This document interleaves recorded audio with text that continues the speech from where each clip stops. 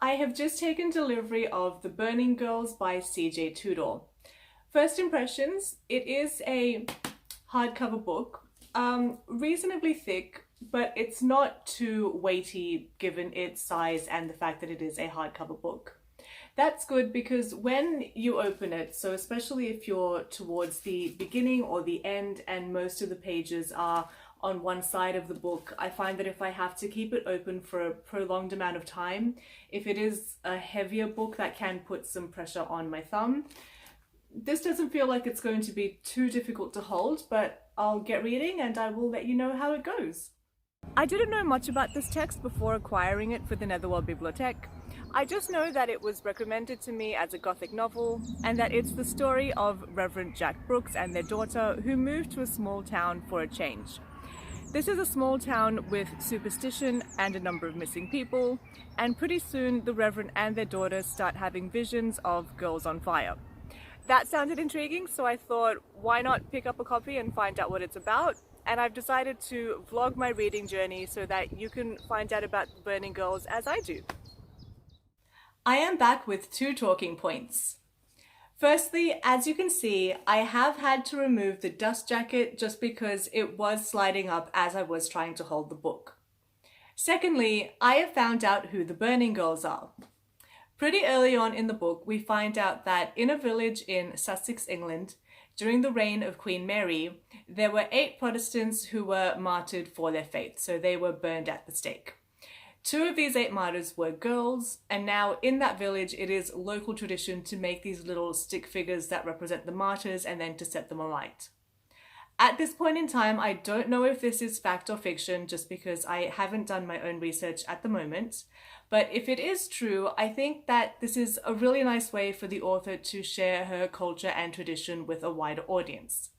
That's because according to CJ Tudor's biography, she is from Sussex. So again, if this is something that really does happen in real life, I like the way that she's taken one of her local traditions and put it into a fictional story that promotes this culture and tells us more about this corner of the world. I'm now on about page 30 and I'm starting to get an idea of the author's personality. That's because the main character, Reverend Brooks, has moments where she speaks and she says what's polite or what's the PC thing to say, but then through the narrator's voice, we hear what the Reverend actually thinks. And I think this is where we get to see a bit of JC Tudor's personality and what her views are on certain topics. And I have to say, I like her so far. Okay, here we go. So far, I have read about the Burning Girls, but I have recently also read about the Missing Girls. These are 2 separate girls who went missing about 30 years ago, and so far no one has any idea what happened to them. That was until Reverend Fletcher. We found out about Reverend Fletcher earlier in the book. He committed suicide, and that is why Reverend Brooks has been called to this particular parish to take his place. We've just met a character called Mrs. Hartman who suspects that Reverend Fletcher did not commit suicide. She says the Reverend had an idea about what happened to the missing girls, and next thing you know, he was dead, supposedly committed suicide, but Mrs. Hartman doesn't think so. So here we go. I think here's where the story really begins to take off. I am liking CJ Tudor more and more. Because the main character is a reverend, there is the opportunity to ask ourselves, how do we interpret the Bible? Do we interpret it literally, or do we take the stories of the Bible more as metaphors, and do we find ways that we can apply these teachings in modern contexts? I don't think there is one objectively right, correct answer to this question. I think that you can make compelling arguments on either side, and who wins the argument just comes down to who has the more compelling argument.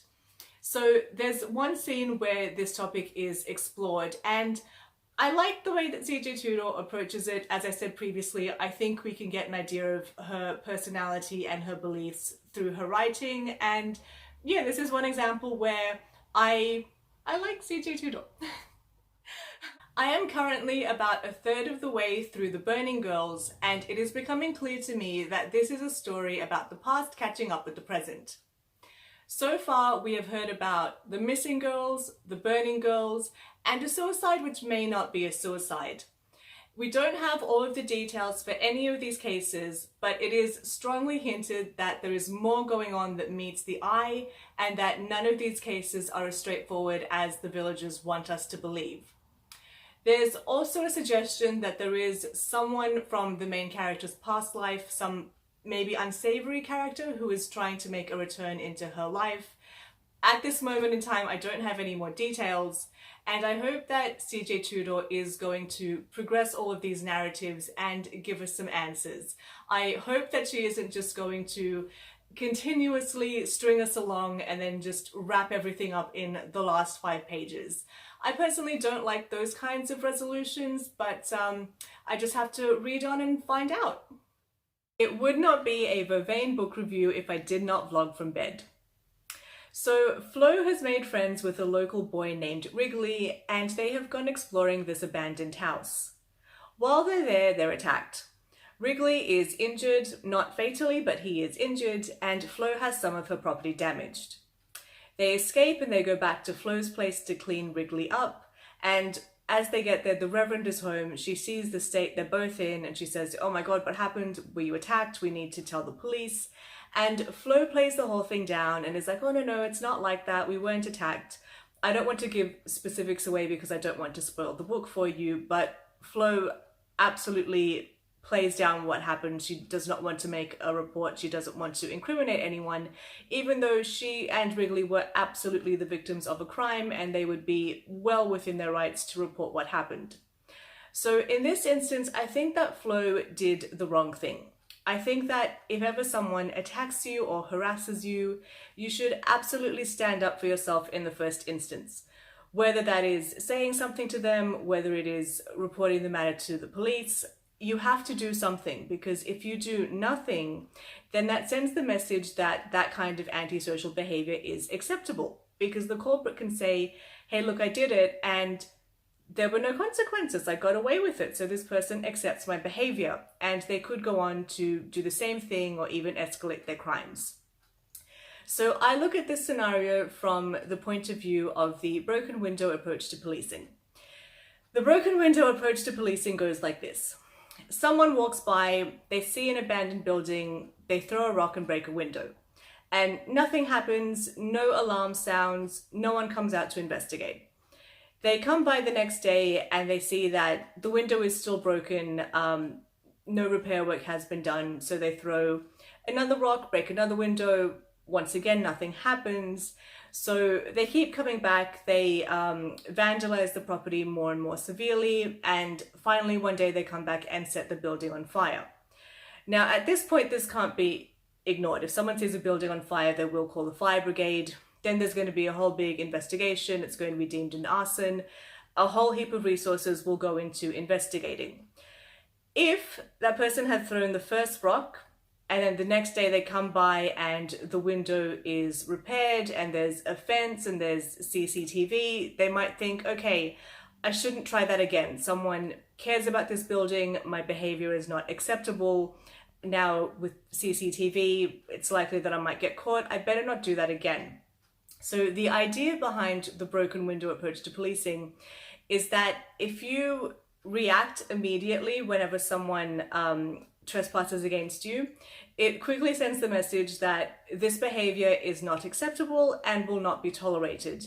And in the long run, you expend less resources reacting when something is a small crime rather than hoping it will go away, praying it will go away, burying your head in the sand, and then the matter maybe escalates, and by the time you go, okay, this person is really harassing me, this person is really threatening me, by then it's going to take a lot more effort and resources to combat their criminal or antisocial behavior.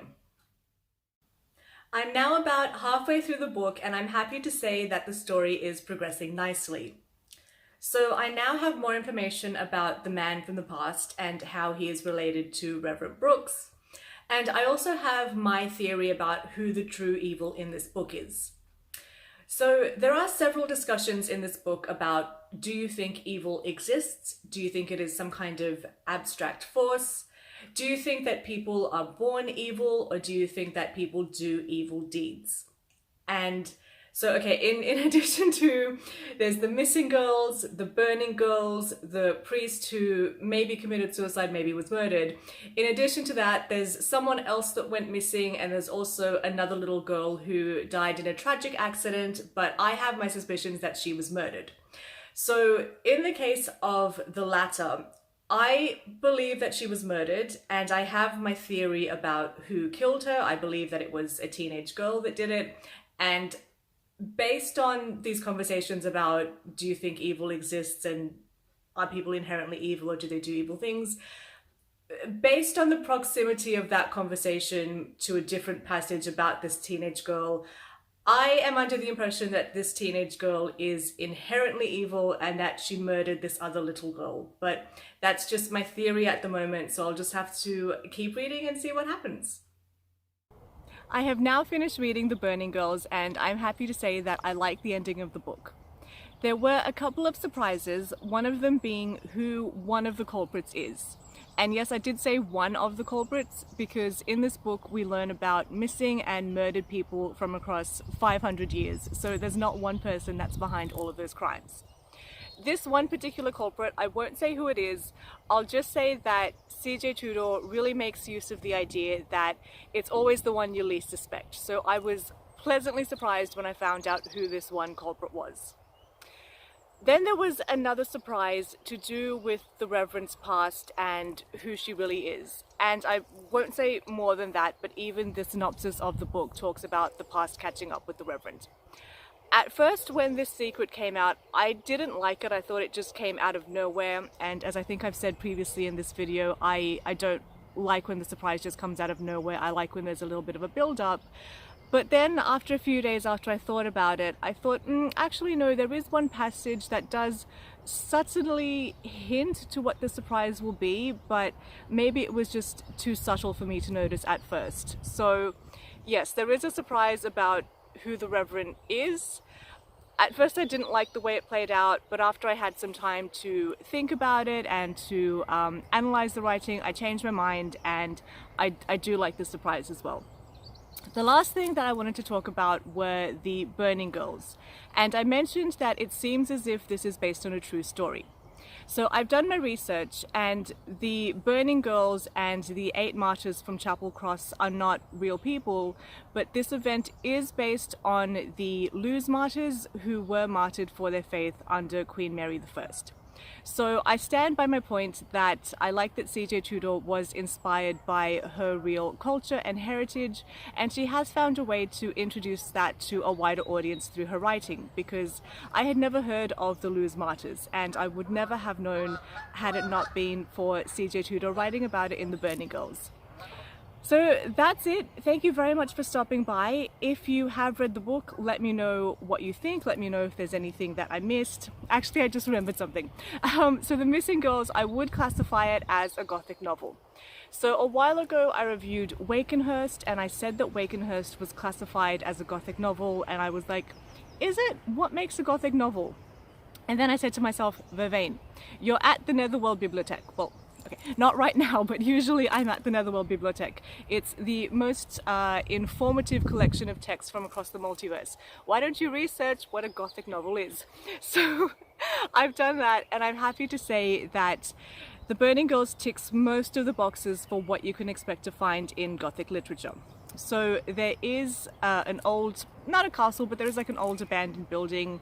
There is a sense of suspense and mystery. There is an ill omen. There is a damsel in distress being terrorized by a man. There are some supernatural elements.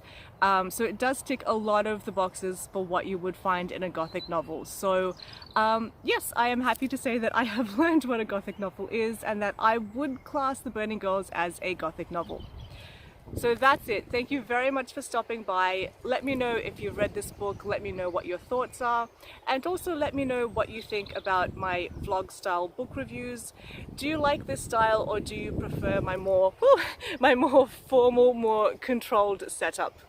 That's it. Thank you for stopping by, and maybe I will see you next time.